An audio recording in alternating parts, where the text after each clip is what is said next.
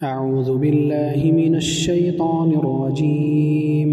بسم الله الرحمن الرحيم.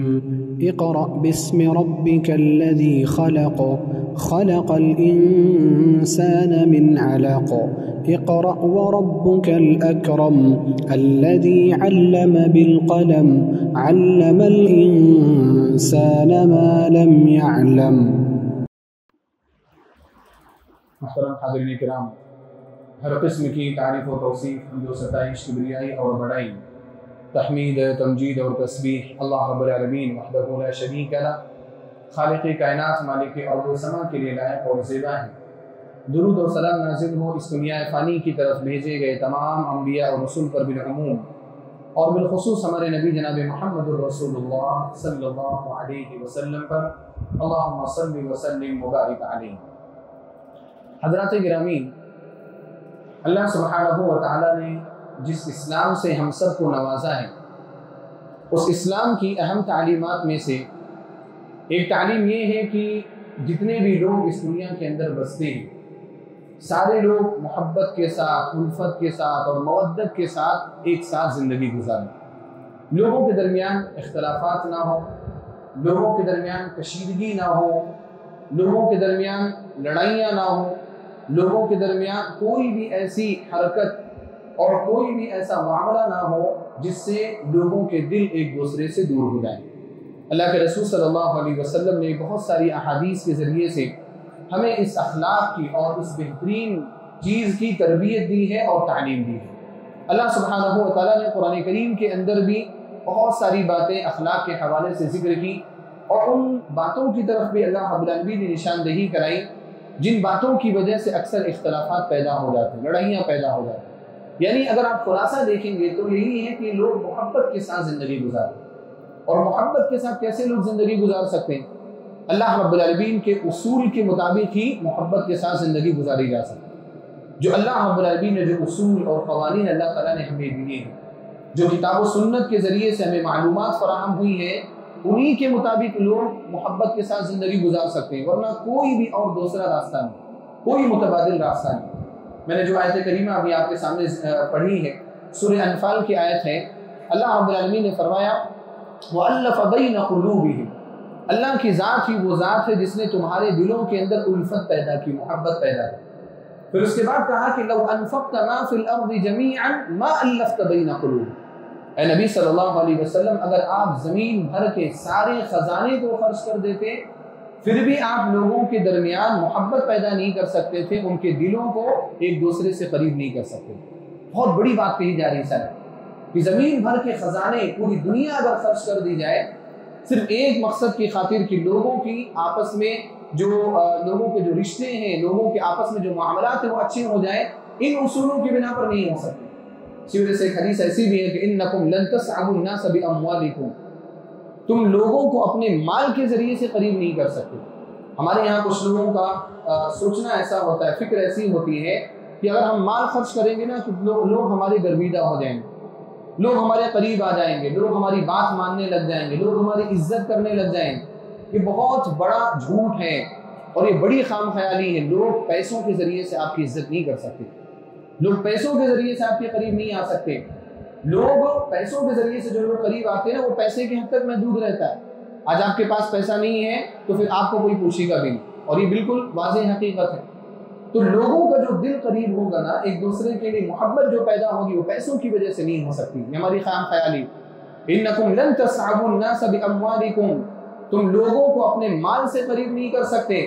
فسعوهم باخلاقکم، نبی علیہ السلام نے فرمایا اگر قریب کرنا چاہتے ہو اپنے اخلاق کے ذریعے سے لوگوں کو قریب کرو، اپنے آپ کو نرم کر کے لوگوں کو قریب کرو، اپنی زبان کو صحیح رکھ کر کے لوگوں کو قریب کرو، اپنے معاملات کو صاف ستھرا رکھ کر کے لوگوں کو قریب کرو اگر لوگوں کو قریب کرنا چاہتے ہو۔ اس لیے اللہ رب العالمین نے فرمایا کہ اے نبی صلی اللہ علیہ وسلم، اگر آپ دنیا بھر کے خزانے خرچ کر دیتے کہ لوگ آپ کے قریب ہو جائیں، ما الفت بین قلوبہم، آپ ان کے دلوں کو جوڑ نہیں سکتے تھے، ولکن اللہ الف بینہم، بلکہ اللہ ہی کی وہ ذات ہے جس نے ان لوگوں کے دلوں کو جوڑا ہے۔ صحابہ کرام کے تعلق سے یہ بات کہی جا رہی ہے خاص طور پر، اور پوری دنیا کے لوگوں کے تعلق سے عام طور پر یہ بات کہی جا رہی ہے۔ آپ صحابہ کرام کی سیرت کے بارے میں آپ نے پڑھا سنا، صحابہ کرام چاہے وہ مکہ کے رہنے والے ہوں یا مدینہ کے رہنے والے، مکہ میں جو رہنے والے تھے زمانے جاہلیت تھے، وہاں پر کیسے حالات تھے، کیسا ماحول تھا، چھوٹی چھوٹی سی باتوں کی بنا پر لڑائی ہو جاتی تھی۔ یہی حال مدینے کا بھی تھا۔ مدینے میں جو انصار بنے بعد میں چل کر کے جو مسلمان، وہ انصار جو تھے وہ دو قبیلوں کے لوگ تھے، ایک قبیلہ اوس تھا اور دوسرا قبیلہ خزرج تھا، اور قبیلے اوس اور قبیلے خزرج کے درمیان ایسی جنگ اور ایسی لڑائی ہوتی تھی نا کہ ان کو لگتا ہی نہیں تھا کہ ہمارے درمیان کی لڑائی کبھی ختم ہوگی۔ ایک مرتبہ لڑائی شروع ہو جاتی تھی، سالوں سال لڑائی چلتی تھی، کسی نے کسی شخص کو گالی دے دی، لڑائی شروع ہو گئی، اب سال بھر 2 سال لڑائی چل رہی، کسی نے کسی کا مرڈر کر دیا، 10 سال تک جنگ چل رہی ہے، جنگ بعاث۔ یہ انصار یعنی اوس اور خزرج کے درمیان ہونے والی جنگوں میں سے مشہور جنگ ہے جنگ بعاث، بہت سارے لوگ اس جنگ میں مارے گئے تھے۔ تو ایسے حالات تھے ان لوگوں کے درمیان، تو اللہ رب العالمین نے کیا فرمایا کہ اگر آپ پوری دنیا کا مال بھی خرچ کر دیتے نا، ان کے دلوں کو نہیں جوڑ سکتے تھے آپ، ولیکن اللہ الف بینہم، اللہ تعالیٰ نے ان کے دلوں کو جوڑا۔ کیسے وہاں کے حالات بدلے، آپ نے سیرت میں آپ نے دیکھا کہ اللہ کے رسول صلی اللہ علیہ وسلم کے ہاتھ پر مدینہ سے آنے والے لوگوں نے سن 11 نبوت میں اسلام قبول کیا، 6 لوگ تھے انہوں نے اسلام قبول کیا۔ اگلے سال جو لوگ آئے وہ ڈبل تعداد میں 12 لوگ بن گئے۔ پھر اس کے بعد جب اللہ کے رسول صلی اللہ علیہ وسلم نے ان کے ساتھ صحابی رسول صلی اللہ علیہ وسلم کو بھیجا، تو انہوں نے جا کر کے جب دعوت و تبلیغ کا کام کیا، تو وہاں سے جب اگلے سال جب لوگ آئے 72 لوگ اسلام قبول کرنے والے آئے، عورتوں کو چھوڑ کر کے، اور پھر وہاں پر ہجرت کی ڈیل ہوئی کہ آپ ہجرت کر کے ہمارے پاس آئیں گے۔ پھر اللہ کے رسول صلی اللہ علیہ وسلم ہجرت کر کے گئے، پورا مدینہ آپ کے استقبال میں امڑ آیا، سارے لوگ آ گئے، سب ایک دوسرے سے مل گئے۔ اور پھر جو منافقین اور یہود تھے، آپ نے سیرت میں سنا ہے کہ وہ لوگ وقتاً فوقتاً ان انصار کو لڑانے کی دوبارہ کوشش کیا کرتے تھے، لیکن اللہ رب العالمین نے ہمارے نبی جناب محمد رسول اللہ صلی اللہ علیہ وسلم کے ذریعے سے ان کو لڑائیوں سے دور رکھا۔ تو وَأَلَّفَ بَيْنَ قُلُوبِهِمْ وَلَكِنَّ اللَّهَ أَلَّفَ بَيْنَهُمْ، اللہ کی ذات وہ ذات ہے جو لوگوں کے دلوں کو اکٹھا کر سکتی ہے، اس کے علاوہ کوئی ذات نہیں۔ اس لیے میرے کہنے کا مطلب کیا ہے، خلاصہ کیا ہے اتنی لمبی بات کا، کہ اگر ہم آپس میں محبت پیدا کرنا چاہتے ہیں، اسلام کے بغیر کوئی راستہ نہیں ہمارے پاس، اسلام کی تعلیمات کے بغیر، اسلامی اخلاق کے بغیر۔ تو اس لیے جو اخلاق کا جو درس دیا جاتا ہے، حدیثیں جو سنی جاتی ہیں، سنائی جاتی ہیں، پڑھی جاتی ہیں، پڑھائی جاتی ہیں، ان حدیثوں کو بہت غور سے سننا چاہیے اور اپنی ساری چیزوں کو قربان کر کے ان حدیث پر عمل کرنے کی کوشش کرنی چاہیے۔ یہ کتاب و سنت کا خلاصہ ہے، یہ کتاب و سنت کی باتیں۔ تو بہرحال ہم اور آپ اگر ہمارے دل جڑیں گے تو کیسے جڑیں گے؟ اسلامی تعلیمات کے مطابق، قرآن و حدیث کے مطابق۔ ہمارے نبی صلی اللہ علیہ وسلم نے اپنی احادیث کے ذریعے سے بہت ساری ایسی چیزیں بتائی جس سے آپس میں محبت پیدا ہو سکتی۔ بطور مثال میں ایک چیز ذکر کرتا ہوں کہ اللہ کے رسول صلی اللہ علیہ وسلم نے صحابہ کرام کو خطاب کرتے ہوئے کہا کہ دیکھو، اگر تم لوگ جنت میں جانا چاہتے ہو تو تم لوگ جنت میں اس وقت تک نہیں جا سکتے جب تک کہ تم آپس میں ایک دوسرے سے محبت نہ کرنے لگ جاؤ۔ تو صحابہ کرام نے کہا کہ ہم آپس میں محبت کرنا چاہتے ہیں، لیکن محبت کا طریقہ کیا ہے؟ تو آپ علیہ السلام نے فرمایا کہ اولا ادلکم علی شیء اذا فعلتموه تحاببتم، میں تمہیں ایک چیز بتانا چاہتا ہوں کہ اگر تم نے اس کو اپنا لیا تو تمہارے درمیان محبت پیدا ہو جائے گی۔ آپ علیہ السلام نے فرمایا افشوا السلام بینکم، اپنے درمیان سلام کو عام کرو، چلتے پھرتے جس کو بھی دیکھو، سلم علی من عرفت ومن لم تعرف، جانتے ہو نہیں بھی جانتے ہو اس کو سلام کرو۔ سلام کیسے لوگوں کے دلوں کو جوڑتی ہے وہ تم خود دیکھ لو گے۔ تمہارے درمیان اور کسی کے درمیان اگر لڑائی ہے، شدید تلخیاں ہو چکی ہیں، تم سلام کرتے رہو، دھیرے دھیرے وہ غصہ کیا ہے وہ ختم ہو جاتا ہے اور انسان پھر وہ دوست بن جاتا ہے، پھر وہ ملاقات کرنے والا بن جاتا ہے۔ تو بطور مثال میں نے سلام کا ذکر کیا، میرے خطبے میں آج میں سلام کے بارے میں ذکر کرنے والا نہیں، لیکن میں ایک مثال دے رہا ہوں کہ کیسے نبی علیہ السلام نے اس معاملے پر توجہ کی ہے اور اس معاملے پر زور دیا ہے کہ آپس میں محبت پیدا کرو۔ کیوں نہیں کرتے ہو؟ کیوں لڑائیاں کرتے ہو؟ کیوں ایک دوسرے سے ناراضگیاں مول کر کے رکھتے ہو؟ اتنی تعلیمات ہے تمہارے پاس اتنی تعلیمات، اتنے خزانے، انمول خزانے جن کے ذریعے سے تمہارے معاملات سدھر سکتے ہیں۔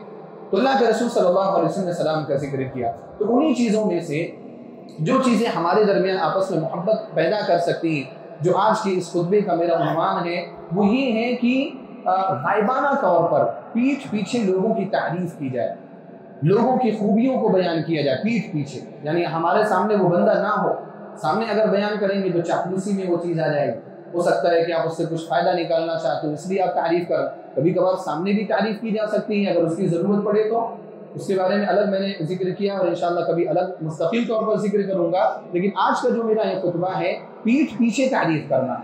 عام طور پر آپ نے جو عنوان سنا ہوگا خطبے کا، پیٹھ پیچھے برائیاں بیان کرنا، اس کے بارے میں بیان کیا جاتا ہے، اور واقعی وہی چیز ہے کہ ہمارے یہاں عام طور پر لوگوں میں جو چلن ہے وہ یہ کہ پیٹھ پیچھے برائیاں بیان کی جاتی ہیں، اور ہوتا یہ ہے کہ جیسے مثال کے طور پر 3 لوگ ہیں ساتھ میں، دوست ہیں اچھے خاصے، 3 میں کا ایک آدمی اگر نکل کر کے گیا تو وہ 2 اس کے بارے میں برائیاں کرنے لگے، یہ اچھے دوست نہیں ہوا کرتے، یہ لوگ برے دوست ہوا کرتے۔ ایک ہمارے معاشرے کا ایک عام طریقہ ہے، ایک رائج طریقہ ہے، ہمارے یہاں کچھ بھی نہیں ملتا تو پیٹھ پیچھے غیبت شروع ہو جاتی۔ سلف بہت ساری مجلسوں کو اس وجہ سے چھوڑ دیا کرتے تھے کہ اس میں غیبتیں ہوا کرتی۔ ایک سلف سے پوچھا گیا، انہوں نے عبداللہ بن مبارک رحمہ اللہ سے، ان کے لوگوں نے کہا، ان کے پہچاننے والے لوگوں نے کہا کہ نماز کے بعد آپ فوراً مسجد سے چلے جاتے، آپ ہمارے درمیان کیوں نہیں بیٹھتے، آپ ہمارے درمیان تھوڑا بیٹھا کریے۔ تو عبداللہ بن مبارک رحمہ اللہ نے کہا کہ میں تمہارے درمیان بیٹھ کر کے کیا کروں گا، تم لوگوں کی غیبتیں کرتے رہتے، میں تمہارے درمیان بیٹھ کر کے لوگوں کی غیبتیں سنوں گا، میرے پاس اتنا وقت نہیں ہے لوگوں کی غیبتیں سننے کا۔ تو مجلس کا بائیکاٹ کر دیا، مجلس میں نہیں رہے۔ سلف اس طرح کے بہت سارے احتیاطی کام کیا کرتے ہیں۔ تو ہمارے یہاں جو طریقہ ہے لوگوں کا کہ پیٹھ پیچھے برائیاں بیان کرنا، لیکن حقیقت میں اگر محبت پیدا کرنا ہم چاہتے ہیں تو پیٹھ پیچھے لوگوں کی اچھائیاں بیان کی جانی چاہیے۔ اس سلسلے میں آج میں چند واقعات آپ کے سامنے ذکر کروں گا، اور انشاءاللہ پھر خطبے کے اختتام میں میں چند اہم باتیں اس حوالے سے، اس موضوع کے تعلق سے ذکر کروں گا۔ ہمارے نبی جناب محمد رسول اللہ صلی اللہ علیہ وسلم کی زندگی میں اور آپ کے بعد آپ کے صحابہ کی زندگی میں بڑی مثالیں ایسی ملتی ہیں کہ وہ لوگ پیٹھ پیچھے ایک دوسرے کی تعریف کیا کرتے ہیں، بلکہ صحابہ کرام کے یہاں تو پیٹھ پیچھے غیبت کرنے کی کوئی مثال ملے گی بھی نہیں آپ کو، بلکہ اس کے الٹا ہی جو میرے خطبے کا عنوان ہے وہی چیز آپ کو ملے گی کہ وہ لوگ ایک دوسرے کی تعریفیں کیا کرتے ہیں۔ پہلے میں نبی علیہ السلام کی زندگی سے چند مثالیں دوں گا، اس کے بعد صحابہ کرام کی زندگی سے چند مثالیں دوں گا۔ ہمارے نبی جناب محمد رسول اللہ صلی اللہ علیہ وسلم انبیاء کرام کی بھی بڑی تعریف کیا کرتے ہیں، جو انبیاء کرام آپ سے پہلے گزر چکے، وہ بھی پیٹھ پیچھے تعریف ہے۔ مثال کے طور پر حضرت عبداللہ بن مسعود رضی اللہ تعالیٰ عنہ راوی حدیث ہیں، صحیح بخاری کی روایت ہے، عبداللہ بن مسعود رضی اللہ تعالیٰ عنہ روایت کرتے ہیں کہ اللہ کے رسول صلی اللہ علیہ وسلم نے ایک جنگ کے موقع پر مال کو تقسیم کیا، اور غالباً یہ جو جنگ ہے یہ غزوہ حنین ہے، جو طائف کے علاقے میں جو جنگ لڑی گئی تھی، اور وہاں پر نبی علیہ السلام نے بہت سارا مال حاصل کیا تھا، اور صحابہ کرام کو مال غنیمت کے طور پر بہت ساری چیزیں ملی۔ تو اللہ کے رسول صلی اللہ علیہ وسلم نے جب مال تقسیم کیا تو اس وقت چونکہ فتح مکہ ابھی پہلے ہوئی تھی، اسی سن 8 ہجری میں مکہ فتح ہوا، اور سن 8 ہجری میں غزوہ حنین کا واقعہ پیش آیا۔ تو مکہ چونکہ فتح ہوا تھا اور بہت سارے لوگ نئے نئے اسلام میں داخل ہوئے تھے، تو اللہ کے رسول صلی اللہ علیہ وسلم نے لوگوں کے دلوں کو قریب کرنے کے لیے ان لوگوں کو زیادہ مال دیا جو ابھی نئے نئے اسلام میں داخل ہوئے تھے، اور جو ایک زمانے سے مسلمان تھے، مہاجرین انصار، نبی علیہ السلام نے ان کو کچھ بھی نہیں دیا، یا تو کچھ لوگوں کو تھوڑا موڑا دیا یا تو کچھ بھی نہیں دیا۔ خاص طور پر انصار جو مدینہ کے تھے، انصار بہت امید میں بیٹھے ہوئے تھے کہ غزوہ حنین میں بہت مال ملا ہے، تو ہمیں تو کیا ہے، اللہ کے رسول صلی اللہ علیہ وسلم بے تحاشا مال عطا کریں گے، لیکن اللہ کے رسول صلی اللہ علیہ وسلم نے انصار کو کچھ بھی نہیں دیا، بلکہ جو لوگ نئے نئے مسلمان ہوئے تھے مکہ فتح ہونے کے موقع پر، ان لوگوں کو بہت زیادہ آپ علیہ السلام نے مال دیا۔ تو خوارج میں سے جو وہیں سے خوارج کا سرا نکلتا ہے، نبی علیہ السلام نے اسی کے بارے میں کہا تھا کہ اس سے خوارج کی نسل پیدا ہو۔ اس شخص نے اٹھ کر کے اللہ کے رسول صلی اللہ علیہ وسلم کی اس تقسیم پر اعتراض کر دیا، اور اس نے کہا کہ ان هذه قسمہ ما اريد بها وجه الله عز وجل، یہ ایسی تقسیم ہے نا کہ اس تقسیم میں اللہ رب العالمین کو راضی کرنے کی کوشش نہیں کی گئی، یہ منمانی تقسیم کر دی ہے نبی صلی اللہ علیہ وسلم نے، نعوذ باللہ من ذلک۔ اس شخص نے اللہ کے رسول صلی اللہ علیہ وسلم کے فیصلے پر اس طرح کا اعتراض کیا۔ جب نبی علیہ السلام کو اس طرح کا اعتراض سننے میں آیا، آپ تصور کر سکتے ہوں گے کہ آپ کو کتنی تکلیف ہوئی ہوگی۔ وہ نبی جو مال کا بالکل بھی شوقین نہیں تھا، مال کے بارے میں تو نبی علیہ السلام بالکل توجہ نہیں کیا کرتے، اور پھر وہ نبی جو عادل نبی تھا، انصاف والا نبی، جس کے یہاں ظلم کا کوئی ایک چھوٹا واقعہ بھی آپ نہیں نکال کر کے دکھا سکتے، اس نبی کو کتنی تکلیف پہنچی ہوگی۔ ہمارے بارے میں اگر کوئی اس طرح کی بات کہہ دے تو ہمیں بھی تکلیف پہنچتی، حالانکہ ہماری غلطیاں بہت ساری، ہمارے گناہ بہت سارے، ہمیں تکلیف پہنچ جاتی ہے، تو نبی جناب محمد رسول اللہ صلی اللہ علیہ وسلم جو اتنے پاکیزہ تھے ہر اعتبار سے، آپ کو کتنی تکلیف ہوئی ہوگی۔ آپ علیہ السلام نے اس وقت غصے پر قابو کیا. آپ غصہ پی گئے. نبی علیہ السلام غصہ نافذ کرنے والے لوگوں میں سے نہیں تھے، لیکن آپ علیہ السلام نے اس وقت ایک بات کہی. آپ نے فرمایا یرحم اللہ موسیٰ، اللہ تعالیٰ موسیٰ علیہ السلام پر رحم فرمایا. موسیٰ علیہ السلام کو یاد کیا نبی علیہ السلام، اور پھر کہا لقد اوذی موسیٰ اکثر من هذا فصبر. موسیٰ علیہ السلام کو تو اس سے زیادہ تکلیف پہنچائی گئی تھی، انہوں نے صبر کیا تو میں تو بدرجہ اولا صبر کرنے کا محتاج ہوں. حضرت موسیٰ علیہ السلام کی اللہ کے رسول صلی اللہ علیہ وسلم نے تعریف کہ موسیٰ علیہ السلام کو مجھ سے زیادہ تکلیفیں پہنچائی گئی. حالانکہ آپ علیہ السلام کی ایک ایک تکلیف ہمارے نظروں کے سامنے، ایک ایک واقعات ہمارے نظروں کے سامنے کتنی تکلیف پہنچائی، لیکن آپ نے کہا موسیٰ علیہ السلام کو، یہاں پر آپ علیہ السلام نے موسیٰ علیہ السلام کو بڑا ظاہر کرنے کی کوشش کی، اور آپ نے ان کی تعریف کی کہ موسیٰ علیہ السلام کو اس سے زیادہ تکلیف پہنچائی گئی، پھر بھی انہوں نے صبر کیا. یہ کیا ہے؟ پیٹھ پیچھے اچھائی بیان کرنا ہے. موسیٰ علیہ السلام وہاں پر موجود نہیں ہے، وہاں کسی کی غیبت نہیں کی جا رہی. دوسری مثال حضرت داؤد علیہ السلام کی. بخاری اور مسلم کی روایت ہے، عبداللہ بن عمرو بن عاص رضی اللہ تعالیٰ عنہ کی حدیث ہے، جب ان کے والد نے ان کے تعلق سے شکایت کی تھی اللہ کے رسول صلی اللہ علیہ وسلم کے پاس کہ یہ بہت زیادہ نماز پڑھتے ہیں، ہمیشہ روزے رکھتے ہیں، بیوی کا حق ادا نہیں کرتے. نبی علیہ السلام نے ان کو بلایا، اور بلانے کے بعد ان سے پوچھا کہ آپ کیسی عبادت کرتے ہیں؟ آپ نماز پڑھتے ہیں، آپ روزہ رکھتے ہیں. بہرحال بہت تفصیلی وہ حدیث ہے، اس میں خلاصہ یہ کہ اللہ کے رسول صلی اللہ علیہ وسلم نے ان کا روزہ کم کروایا. وہ ڈیلی روزہ رکھتے تھے، ڈیلی ایک دن بھی نہیں چھوڑتے تھے، وہ اتنی عبادت کیا کرتے تھے. آپ علیہ السلام نے کہا نہیں، ایسے روزہ نہیں رکھ سکتے، آپ کو اپنی بیوی کا بھی حق ادا کرنا ہے، اپنے گھر والوں کا بھی حق ادا کرنا ہے. تو انہوں نے کہا کہ میں زیادہ روزے رکھنا چاہتا ہوں. نبی علیہ السلام نے ان سے پہلے کہا کہ نہیں، آپ مہینے میں صرف 3 دن کا روزہ رکھیے. انہوں نے کہا نہیں اللہ کے رسول، اب جو پورے مہینے کا روزہ رکھتا ہوں 3 دن کا روزہ اس کے لیے کیا ہے؟ انہوں نے کہا میں بہت زیادہ طاقت اور قوت محسوس کرتا ہوں، میں اس سے زیادہ رکھ سکتا ہوں. پھر آپ علیہ السلام نے 5 دن 7 دن، پھر اخیر میں آپ علیہ السلام نے جو ان کو آپشن دیا، کہا کہ فصم صوم داؤد نبی اللہ علیہ السلام فإنه كان أعبد الناس. اگر آپ زیادہ روزہ رکھنا چاہتے ہیں تو حضرت داؤد علیہ السلام کا روزہ رکھیے. داؤد علیہ السلام کیسے روزہ رکھتے تھے؟ كان يصوم يوما ويفطر يوما. ایک دن روزہ رکھتے تھے، ایک دن نہیں رکھتے تھے، الٹرنیٹیو ڈیز آپ روزہ رکھا کرتے تھے. تو آپ نے کہا نبی علیہ السلام نے کہ اگر آپ کو بہت زیادہ روزہ رکھنا ہے تو ایک دن رکھیے، ایک دن مت رکھیے.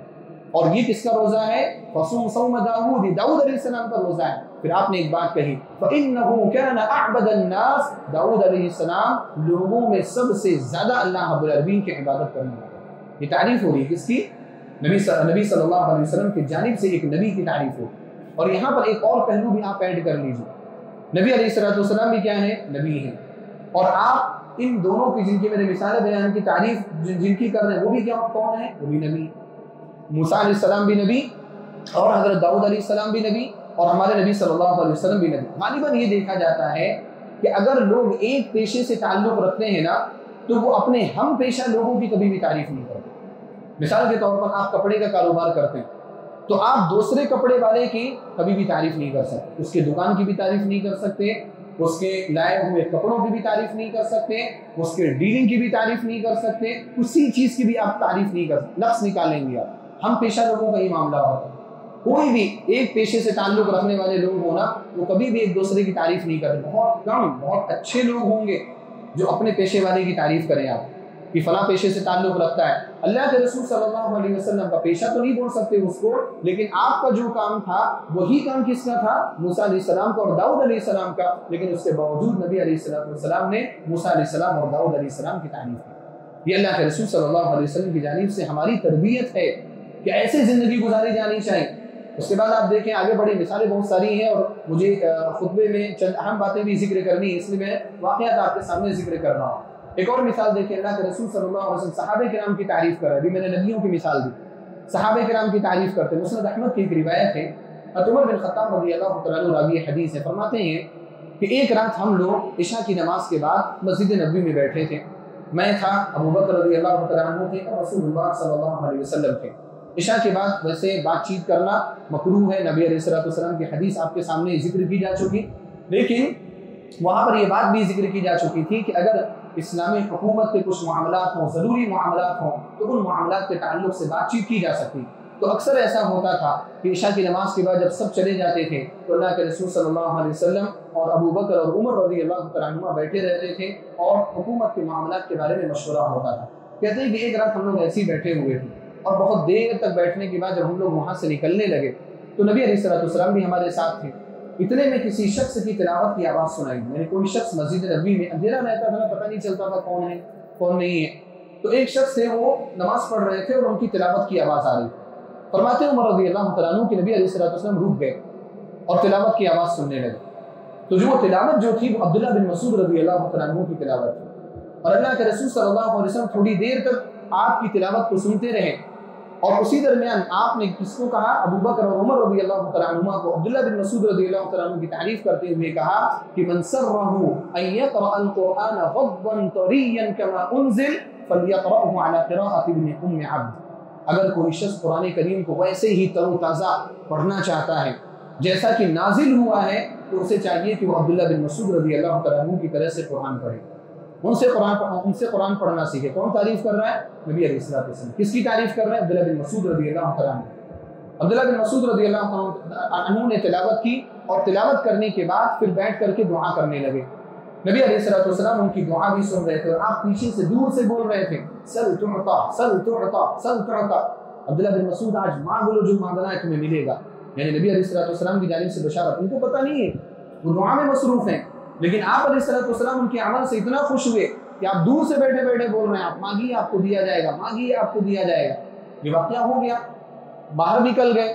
عبداللہ بن مسعود رضی اللہ تعالیٰ عنہ بھی اپنے گھر چلے گئے، عمر بن خطاب رضی اللہ تعالیٰ عنہ اپنے گھر نہیں گئے، بلکہ وہ عبداللہ بن مسعود رضی اللہ تعالیٰ عنہ کے گھر گئے ان کو خوشخبری دینے کے لیے جو باتیں نبی علیہ السلام نے ان کے بارے میں کہی تھی۔ یہ بھی صحابہ کرام کی خوبی تھی کہ اگر اپنے بھائی کے بارے میں کوئی اچھی بات کسی کی جانب سے پہنچی تو وہ اس کو خوشخبری دینے پہنچ جایا کرتے تھے کہ آپ کے بارے میں اللہ کے رسول صلی اللہ علیہ وسلم نے ایسا کہا ہے۔ ہمارے یہاں کا معاملہ الٹا ہوتا ہے، ہمارے یہاں تو لوگ کسی کی تعریف کرتے نہیں ہیں، اور اگر کوئی تعریف والی چیز ہو بھی بندے نے اپنے آپ کو ظاہر کر دیا، منوا لیا کہ ہاں میں ہوں، باصلاحیت ہوں، پھر بھی اس کے اندر کوئی نہ کوئی نقص نکال دیں کہ اس کے اندر وہ بات نہیں ہے۔ لیکن عمر بن خطاب رضی اللہ عنہ پہنچ گئے خوشخبری دینے کے، اور وہاں پر پہنچ کر کے انہوں نے کہا کہ آپ کو معلوم ہے آپ نماز پڑھ رہے تھے اور نماز کے دوران آپ کے بارے میں اللہ کے رسول صلی اللہ علیہ وسلم نے کیا کہا؟ تو عبداللہ بن مسعود رضی اللہ تعالیٰ عنہ نے کہا کہ اچھا آپ وہی بات بتانے آئے جو ابو بکر رضی اللہ تعالیٰ عنہ بتانے آئے تھے۔ اچھا تو مجھ سے پہلے ابو بکر رضی اللہ تعالیٰ عنہ پہنچ گئے، آپ بالکل پہنچ گئے۔ کیا بتایا انہوں نے؟ ایسی بات بتائی کہ آپ نماز پڑھ رہے تھے تو یہ بات کہی کہ جو قرآن پڑھنا چاہتا ہے وہ آپ کی طرح سے پڑھے، اور جو آپ دعا مانگ رہے تھے تو یہ کہا کہ آپ دعا مانگیے آپ کو آپ کی دعا قبول کی جائے گی۔ بہرحال تو عمر بن خطاب رضی اللہ تعالیٰ عنہ ایک ہی حدیث میں دو استدلال دیکھے۔ جب ابو بکر رضی اللہ تعالیٰ عنہ کے بارے میں یہ بات ہوئی تو عمر بن خطاب رضی اللہ تعالیٰ عنہ نے کہا کہ اگر ابو بکر رضی اللہ تعالیٰ عنہ انہوں نے آج ایسا کیا ہے نا تو یہ کوئی ان کے لیے نئی بات نہیں ہے، فَإِنَّهُ سَبَّاقٌ إِلَى الْخَيْرَاتِ، وہ تو ہمیشہ خیر کی طرف آگے بڑھنے والے لوگوں میں سے، ہمیشہ خیر کی طرف آگے بڑھے۔ اور پھر کہا کہ میں نے ان سے بہت ساری جگہوں پر آگے بڑھنے کی کوشش کی لیکن آج تک میں ابو بکر رضی اللہ تعالیٰ عنہ سے آگے نہیں بڑھ سکا۔ صحابہ کرام ایک دوسرے کی تعریف کر رہے ہیں۔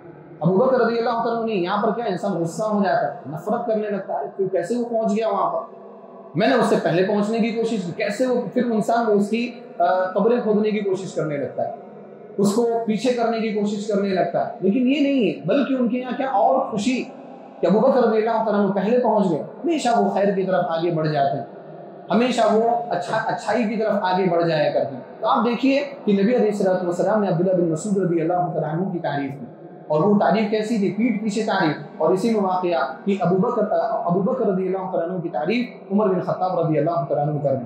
ایک اور مثال آپ دیکھیں، صحیح مسلم کی روایت ہے، صحیح بخاری اور صحیح مسلم دونوں کی روایت ہے، عبداللہ بن عمر رضی اللہ تعالیٰ عنہ کہتے ہیں کہ میں اللہ کے رسول صلی اللہ علیہ وسلم کے زمانے میں چھوٹا تھا، چھوٹی عمر کا تھا، زیادہ بڑی عمر نہیں تھی۔ جب جنگ احد میں جو شریک ہوئے عبداللہ بن عمر رضی اللہ تعالیٰ عنہ، اس میں 15 سال ان کی عمر تھی۔ تو کہتے ہیں کہ فجر کے بعد میں دیکھتا تھا کہ صحابہ کرام خواب دیکھتے ہیں، اور جو خواب دیکھتے ہیں وہ نبی علیہ السلام کے پاس آ کر کے بیان کرتے ہیں۔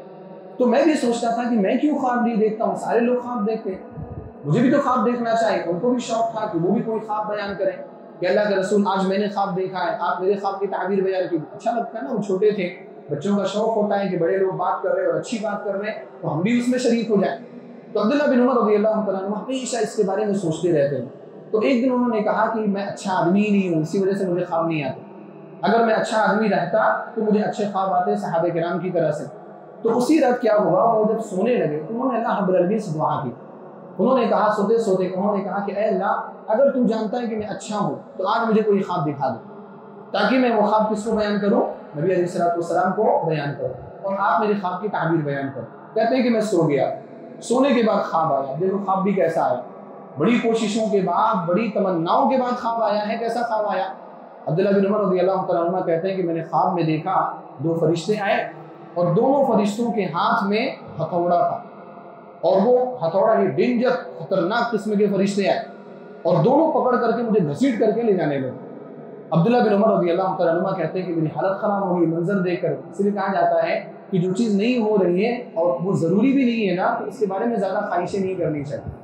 اگر مجھے خواب نہیں آ رہا، آپ کو خواب نہیں آ رہا، پریشان مت ہوئیے، کہیں ایسا خواب نہ آ جائے کہ انسان خواب میں پریشان ہو جائے۔ تو عبداللہ بن عمر رضی اللہ تعالیٰ عنہ نے کہا میں نے دیکھا دو فرشتے آئے، ان کے ہاتھ میں لوہے کا ہتھوڑا تھا اور وہ خطرناک دکھائی دے رہے تھے، وہ دونوں آئے اور مجھے پکڑ کر کے جہنم کی طرف لے جانے لگے۔ اب میں ان دونوں کے درمیان گھسٹ رہا ہوں اور خواب میں ہی دعا کر رہا ہوں، اللہم انی اعوذ بک من عذاب جہنم، اے اللہ میں جہنم سے پناہ چاہتا ہوں۔ بار بار میں یہ بول رہا ہوں، لیکن وہ لوگ مجھے چھوڑنے کو تیار ہیں، مجھے لے کر کے جا رہے۔ کہتے ہیں کہ پھر جاتے راستے میں ایک اور فرشتہ دکھائی دیا، وہ فرشتہ بھی کیا ہے، وہ سامنے بالکل لوہے کا ہتھوڑا لے کر کے کھڑا ہوا۔ تیسرا فرشتہ بھی دکھائی دیا، ان کی حالت اور خراب ہوئی، عبداللہ بن عمر رضی اللہ تعالیٰ عنہ۔ لیکن جب وہ فرشتہ جب قریب آیا، تیسرا فرشتہ، تو اس فرشتے نے عبداللہ بن عمر رضی اللہ تعالیٰ عنہ کو کہا آپ کو گھبرانے کی ضرورت نہیں، آپ اچھے آدمی ہیں، بس ایک کمی ہے آپ کے اندر، غلطی تو نہیں، ایک کمی ہے آپ کے اندر، وہ یہ کہ آپ رات میں تہجد کی نماز زیادہ نہیں پڑھتے، آپ کبھی کبھار پڑھتے ہیں، کبھی کبھار چھوڑ دیتے ہیں۔ دیکھیں تہجد کی نماز نہ پڑھنے کی وجہ سے اس طرح کے خواب آ رہے ہیں، تو آپ اچھے آدمی، تھوڑی نماز آپ زیادہ پڑھیے تو یہ مسئلہ بھی آپ کے ساتھ نہیں ہوگا۔ کہتے ہیں کہ پھر وہ تینوں فرشتے مجھے پکڑ کر کے جہنم کے بالکل کنارے لے گئے، اور جب جہنم کے کنارے لے گئے تو میں نے دیکھا کہ جہنم ایک کنویں کی طرح سے گول ہے، اور جیسے کنویں کی مڈیر ہوتی ہے نا، ویسے جہنم کی مڈیر ہے، اور ہر مڈیر کے پاس دو فرشتے کھڑے ہوئے ہیں جن کے ہاتھوں میں ہتھوڑا ہے، اور پھر جہنم کا منظر ان کو دکھایا گیا۔ آپ نے کہا کہ میں نے دیکھا کچھ لوگوں کو زنجیروں سے باندھ کر کے لٹکایا گیا، اور ان کا سر جو ہے وہ نیچے کی طرف ہے، وہ چلا رہے ہیں، چیخ و پکار کر رہے ہیں۔ پھر آپ نے یہ بھی کہا کہ میں نے وہاں پر قریش کے کچھ لوگوں کو بھی دیکھا، اور جیسے میری نظر ان کے اوپر پڑی، جو کافر قریش تھے، جیسے میری نظر ان کے اوپر پڑی وہ لوگ ہٹ گئے، اور وہ لوگ مطلب شرم کے مارے وہ میرے سامنے سے چلے گئے۔ عبداللہ بن عمر رضی اللہ تعالیٰ عنہ کہتے ہیں کہ میں نے یہ خواب دیکھا، اور خواب دیکھنے کے بعد میں نے اپنی بہن حضرت حفصہ رضی اللہ تعالیٰ عنہ کو بیان کیا، جو نبی صلی اللہ علیہ وسلم کی بیوی تھی، حفصہ بنت عمر بن خطاب۔ اور حفصہ بنت عمر بن خطاب رضی اللہ تعالیٰ عنہ نے یہ خواب نبی جناب محمد رسول اللہ صلی اللہ علیہ وسلم کو سنایا۔ یعنی ایسا خواب تھا کہ ان کی خواہش تھی عبداللہ بن عمر رضی اللہ تعالیٰ عنہ کی کہ میں مسجد میں سناؤں گا، لیکن وہ مسجد میں وہ خواب نہیں سنا سکے۔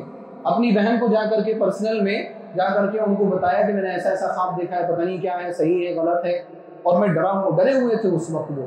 تو اللہ کے رسول صلی اللہ علیہ وسلم نے ان کے اس خواب کے بارے میں حضرت حفصہ رضی اللہ تعالیٰ عنہ کو کہا نعم الرجل عبداللہ، عبداللہ جو ہے بڑے اچھے آدمی، انہ رجل صالح، عبداللہ بن عمر جو ہے وہ نیک آدمی ہے۔ پھر آپ علیہ السلام نے بھی وہ بات کہی کہ ان کو نمازیں جو ہیں تہجد کی نمازیں وہ برابر پڑھنی چاہیے، ان کو کبھی ترک نہیں کرنا چاہیے۔ نافع فرماتے ہیں جو اس حدیث کے اس واقعے کے راوی ہیں عبداللہ بن عمر رضی اللہ تعالیٰ عنہ سے، کہ اس کے بعد سے عبداللہ بن عمر رضی اللہ تعالیٰ عنہ کی کبھی بھی تہجد کی نماز نہیں چھوڑی۔ تو بخاری اور مسلم کی روایت ہے، اس سے کیا پتہ چلا کہ اللہ کے رسول صلی اللہ علیہ وسلم نے کس کی تعریف کی؟ عبداللہ بن عمر رضی اللہ تعالیٰ عنہ کی تعریف کی۔ اور اس تعریف کا فائدہ دیکھیے، تعریف کا فائدہ ہوتا ہے۔ عبداللہ بن عمر رضی اللہ تعالیٰ عنہ کے بارے میں یہ بات جب کہی نبی علیہ السلام نے کہ وہ نیک آدمی اور ان کو تہجد کی نماز نہیں چھوڑنی چاہیے، ان کی پوری زندگی بھر کا معمول بن گیا کہ انہوں نے تہجد کی نماز کبھی نہیں چھوڑی۔ تو کبھی کبھار پیٹھ پیچھے تعریف کرنا لوگوں کے لیے حوصلہ افزائی کا باعث بن جاتا ہے، وہ اور توجہ کے ساتھ اور محنت اور لگن کے ساتھ وہ چیزوں کو کرنے لگ جاتے ہیں۔ یہ نبی علیہ السلام کی زندگی سے میں نے مثال دی، صحابہ کرام کی زندگی سے مختصر طور پر ایک دو مثال ذکر کر کے میں اپنی بات ختم کروں گا۔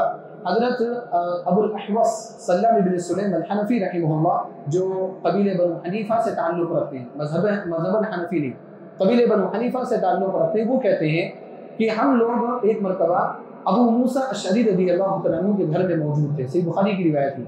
ابو موسیٰ اشعری رضی اللہ تعالیٰ عنہ کے گھر میں موجود تھے اور وہاں پر 2 اور صحابی تھے، ایک عبداللہ بن مسعود تھے اور ایک ابو مسعود تھے۔ عبداللہ بن مسعود الگ ہیں اور ابو مسعود الگ ہیں۔ ابو مسعود رضی اللہ تعالیٰ عنہ کا نام عقبہ بن عمرو الانصاری، 3 صحابہ کرام اور تینوں بڑے بڑے صحابہ تھے اور بڑے علم والے صحابہ کرام، یعنی سمجھ لیجیے علماء کی مجلس میں۔ عبداللہ بن مسعود، ابو موسیٰ اشعری اور ابو مسعود انصاری رضی اللہ تعالیٰ عنہ، یہ تینوں بیٹھے ہوئے تھے، باتیں چل رہی تھی، مذاکرہ چل رہا تھا، علمی گفتگو چل رہی تھی کہ اچانک عبداللہ بن مسعود رضی اللہ تعالیٰ عنہ اٹھ کر کے چلے گئے، وہاں سے اٹھ کر کے نکل گئے۔ ہمارے میں نے شروع میں کہا تھا نا کہ ہمارے ایسے ہی ہوتا ہے کہ اگر کوئی 3 لوگ بیٹھے، ایک اٹھ کے چلا گیا تو اس کی غیبت شروع ہو جاتی، لیکن عبداللہ بن مسعود رضی اللہ تعالیٰ عنہ جیسے اٹھ کر کے گئے ان کی تعریف شروع ہو گئی۔ جیسے ہی اٹھ کر کے گئے انہوں نے کہا، ابو مسعود انصاری رضی اللہ تعالیٰ عنہ نے، کہ اللہ کے رسول صلی اللہ علیہ وسلم کے بعد قرآن کریم کے بارے میں اتنا علم رکھنے والا بندہ میں نے ان سے بڑا کسی کو نہیں دیکھا۔ جو ہماری مجلس سے اٹھ کر کے گئے نا، قرآن کریم کے بارے میں اتنا زیادہ علم رکھنے والا بندہ میں نے کسی کو نہیں دیکھا رسول اللہ صلی اللہ علیہ وسلم کے بعد۔ تو ابو موسیٰ اشعری رضی اللہ تعالیٰ عنہ نے بھی اس میں حصہ لیا اس تعریف میں۔ آپ نے کہا کہ اگر آپ نے یہ بات ان کے حق میں کہی نا تو بالکل صحیح آپ نے کہی، بالکل صحیح آپ نے بات کہی، اور اس کی وجہ ہے، اس کی وجہ ابو موسیٰ اشعری رضی اللہ تعالیٰ عنہ نے بیان فرمائی۔ اس کی وجہ کیا ہے کہ جب ہم لوگ نہیں موجود رہتے تھے تو عبداللہ بن مسعود رضی اللہ تعالیٰ عنہ نبی علیہ السلام کے پاس موجود رہتے تھے، علم حاصل کرتے تھے۔ جب ہم دروس میں حاضر نہیں ہوتے تھے تو وہ درس میں حاضر ہوتے تھے، تو ظاہر سی بات ہے کہ علم بھی زیادہ ہونا ہے۔ اور یہ بھی کہا کہ کبھی کبھار جو خاص مجلسیں ہوتی تھیں ان مجلسوں میں ہمیں داخل ہونے کا موقع نہیں ملتا تھا، لیکن عبداللہ بن مسعود رضی اللہ تعالیٰ عنہ کو داخل ہونے کا موقع ملتا تھا۔ تو آپ دیکھیں عبداللہ بن مسعود رضی اللہ تعالیٰ عنہ کے بارے میں ابو مسعود رضی اللہ تعالیٰ عنہ نے تعریف کی، اور ان کے بعد ابو موسیٰ اشعری رضی اللہ تعالیٰ عنہ نے حصہ لیا۔ انہوں برائیاں نہیں بیان کرتے تھے۔ ہمارے یہاں کیا ہوتا ہے کہ اگر کبھی کوئی انسان کوئی تعریف کر بیٹھے نا تو دوسرا آدمی اس کی نقص بیان کرنے لگتا ہے، کیا ان کے بارے میں آپ بات کر رہے ہیں، آپ کو نہیں معلوم ایسے ایسے ہیں، آپ کو اس واقعے کے بارے میں نہیں علم ہوا، یعنی کوئی نہ کوئی کام خراب کر دیتا ہے، کوئی نہ کوئی وہاں پر غیبت کا ماحول بنا ہی دیتا ہے۔ ہماری مجلسیں اس سے خالی ہی نہیں ہوا کرتی، لیکن صحابہ کرام کی مجلسیں بھی بالکل پاکیزہ ہوتی، اسی وجہ سے وہ معاشرہ کیا تھا، وہ معاشرہ پاکیزہ تھا۔ بہرحال مثالیں اور بھی 1-2-3 ہیں، لیکن میں ان مثالوں کی طرف نہ آ کر کے خلاصے کے طور پر چند باتیں ذکر کرنا چاہتا ہوں کہ ہمیں اپنی مجلسوں میں لوگوں کے تعلق سے اولاً بات ہی نہیں کرنی چاہیے جو غائب ہیں۔ ہمیں اپنے مجلسوں کا رول بنا لینا چاہیے، قاعدہ بنا لینا چاہیے، اصول بنا لینا چاہیے کہ جو موجود نہیں ہے اس کے بارے میں بات نہیں ہو، جو موجود ہیں ان کے بارے میں بات ہے۔ اولاً یہ قاعدہ بنانا چاہیے، اور دوسری چیز یہ کہ اگر بات ہوگی تو اچھی بات ہوگی، غلط بات نہیں، اور غلط بات کو برداشت نہ کیا جائے۔ ہم لوگ بھی کیا ہیں، کبھی کسی کے احترام میں، کبھی کسی کی عزت میں، کبھی کوئی ناراض نہ ہو جائے، کبھی میرے بارے میں کیا سوچے گا، یہ ساری چیزیں اپنے ذہن میں رکھ لیتے ہیں، اور اگر کوئی غیبت کر رہا ہوتا ہے تو اس کے ساتھ ہم سننے میں شریک ہو جاتے ہیں۔ غیبت کرنے والا جتنا مجرم ہے اتنا سننے والا بھی مجرم ہے۔ ہمیں اصول بنا لینا چاہیے۔ اسی طرح سے ہمیں تعریف لوگوں کی کرنی چاہیے، لیکن اس تعریف کے بھی اصول ہیں۔ اصول کیا ہے کہ آپ غیر ضروری تعریف کسی کی نہ کریں، جھوٹ نہ بیان کریں، آپ جو سچ بات ہے، جو حقیقی بات ہے، آپ اس کو بیان کریں، اور ہر آدمی کے اندر کوئی نہ کوئی خوبی ضرور ہوتی ہے، یہ بات آپ مان لیں، طے کریں، کوئی نہ کوئی خوبی ہر آدمی کے اندر ضرور ہوتی ہے کہ آپ اس خوبی کی وجہ سے اس سے محبت کر سکتے ہیں، اس کو آپ پسند کر سکتے ہیں۔ آپ یہ مت کہیے کہ نہیں اس کے اندر کوئی خوبی نہیں، خوبی ہوگی اس کے اندر۔ اب دیکھو شرابی کا معاملہ جو سنن ترمذی میں روایت ہے، اللہ کے رسول صلی اللہ علیہ وسلم کے پاس لایا جاتا تھا، کوڑے مارے جاتے، 3 مرتبہ لایا گیا، 4 مرتبہ لایا گیا۔ ایک صحابی نے آ کر کہہ دیا کہ کیا مسئلہ ہے اس کا، ہمیشہ اس کو لایا جاتا ہے، پیٹا جاتا ہے، پھر بھی یہ شراب سے باز نہیں آتا، اللہ تعالیٰ اس پر لعنت فرمائے۔ کیا کہا؟ لعنت فرمائے۔ شرابی تھا، وہ شرابی تھے، وہ ان سے وہ شراب پیا کرتے تھے۔ تو انہوں نے کیا کہہ دیا دوسرے صحابی نے کہ اللہ ان کے اوپر لعنت فرمائے۔ نبی علیہ السلام ناراض ہو گئے۔ آپ علیہ السلام نے کہا کہ تم نے ایسا کیسے کہہ دیا کہ اللہ ان کے اوپر لعنت فرمائے؟ انه يحب الله ورسوله، یہ اللہ اور اس کے رسول سے محبت کرتے ہیں۔ دیکھو شرابی کے اندر کیا خوبی ہوگی انسان سوچتا ہے، لیکن اس کے اندر نبی علیہ السلام نے خوبی نکالی، مثبت سوچ کی، اللہ اور اس کے رسول سے محبت کرتے ہیں۔ اس لیے جو بھی تعریف کی جائے نا وہ صحیح تعریف کی جائے، چاپلوسی نہ کی جائے، اور اس نیت سے نہ کی جائے کہ میری تعریف وہ پہنچائیں گے، اس نیت سے نہ کرے آپ، بس اس کی اچھائی بیان کرنے کے لیے۔ ہاں اس تک پہنچ گئی تو اچھی بات ہے، نہیں پہنچی تو کوئی مسئلہ نہیں، آپ تو اپنی تعریف میں کیا ہے، مخلص ہیں۔ اسی طریقے سے اگر جس کی تعریف کی جا رہی اس تک وہ بات پہنچ رہی ہے نا تو اس کو بھی تکبر میں مبتلا نہیں ہونا چاہیے، گھمنڈ میں مبتلا نہیں ہونا چاہیے، بلکہ اپنے آپ کو اور اچھا بنانے کی کوشش کرنی چاہیے۔ اور اگر کسی بندے کے بارے میں آپ کو معلوم ہو کہ اگر اس کی تعریف کر دیں تو وہ غلط راہ پر چلا جائے گا، تکبر کرنے لگے گا، تو پھر اس کی تعریف نہ کیجیے آپ، نہ تو اس کے چہرے پر تعریف کریے اور نہ ہی پیٹھ پیچھے اس کی تعریف کریے، کیونکہ وہ تکبر میں آ جائے گا، اس کو لگے گا کہ میں تو بہت بڑا ہوں، لوگ میری تعریف کرنے لگ گئے، میں بہت بڑا ہوں، تو اس لیے ایسے بندے کی تعریف مت کریے۔ اور پھر اس میں ایک مسئلہ یہ بھی ہے کہ اگر کوئی شخص ایسا ہے جس کی تعریف کر دی گئی تو شیطان کبھی اس کے ذہن میں وسوسہ پیدا کر سکتا ہے کہ فلاں لوگ آپ کی تعریف کر رہے ہیں آپ کے اچھے عمل کی بنا پر، اس کا مطلب کہ آپ کا عمل کیا ہے، ضائع ہو گیا، کیونکہ آپ نے لوگوں کو دکھانے کے لیے کام کیا اور لوگوں نے آپ کی تعریف کر دی، تو یہاں ریاکاری کا بھی وسوسہ پیدا ہوتا ہے۔ اس تعلق سے حدیث ابو ذر رضی اللہ عنہ کی کہ اللہ کے رسول صلی اللہ علیہ وسلم سے پوچھا گیا کہ کوئی بندہ رہتا ہے وہ اخلاص کے لیے کوئی کام کرتا ہے، اخلاص کے لیے اللہ کو راضی کرنے کا، لیکن اس کام کے بارے میں لوگوں کو پتہ چل جاتا ہے، پھر لوگ اس کام کی وجہ سے اس کی تعریف کرنے لگ جاتے، تو کیا یہ ریاکاری ہے؟ تو نبی علیہ السلام نے فرمایا یہ ریاکاری نہیں ہے، بلکہ تلک عاجل بشر المؤمن، یہ مومن کو جلد ملنے والی خوشخبری ہے، دنیا میں خوشخبری مل جانی کہ وہ لوگوں کی نظروں میں کیا ہے، اچھا ہے، اور جو لوگوں کی نظروں میں اچھا رہتا ہے یعنی دینداروں اور موحدوں کی نظروں میں غالب گمان ہے کہ وہ اللہ رب العالمین کی نظر میں بھی کیا رہے گا، اچھا رہے گا۔ تو یہ چند تعریف کے تعلق سے اصول ہیں جن کو ہمیں محفوظ رکھنا چاہیے، اپنے اندر محبت پیدا کرنے کی کوشش کرتے رہنا چاہیے، غیبت سے اپنے معاشرے کو بچانا چاہیے، کیونکہ ہمارے معاشرے میں اکثر لڑائیاں غیبت کی وجہ سے ہوتی ہیں، اکثر فسادات اور اکثر برائیاں غیبت کی وجہ سے پیدا ہوتی ہیں۔ رب العالمین سے دعا ہے الہ العالمین تو ہم سب کی اصلاح فرما، الہ العالمین تو ہم سب کو کتاب و سنت سے محبت کرنے کی توفیق عطا فرما، الہ العالمین تو ہمارے دلوں کو ایک دوسرے سے قریب فرما، دلوں کو ایک دوسرے سے جوڑ دے، الہ العالمین تو ہمارے درمیان الفت، محبت اور مودت پیدا فرما، الہ العالمین تو ہم سب کو ایسا صبر کا جذبہ عطا فرما کہ ہم لوگوں کی چھوٹی موٹی غلطیوں کو بلکہ بڑی غلطیوں کو بھی معاف کریں،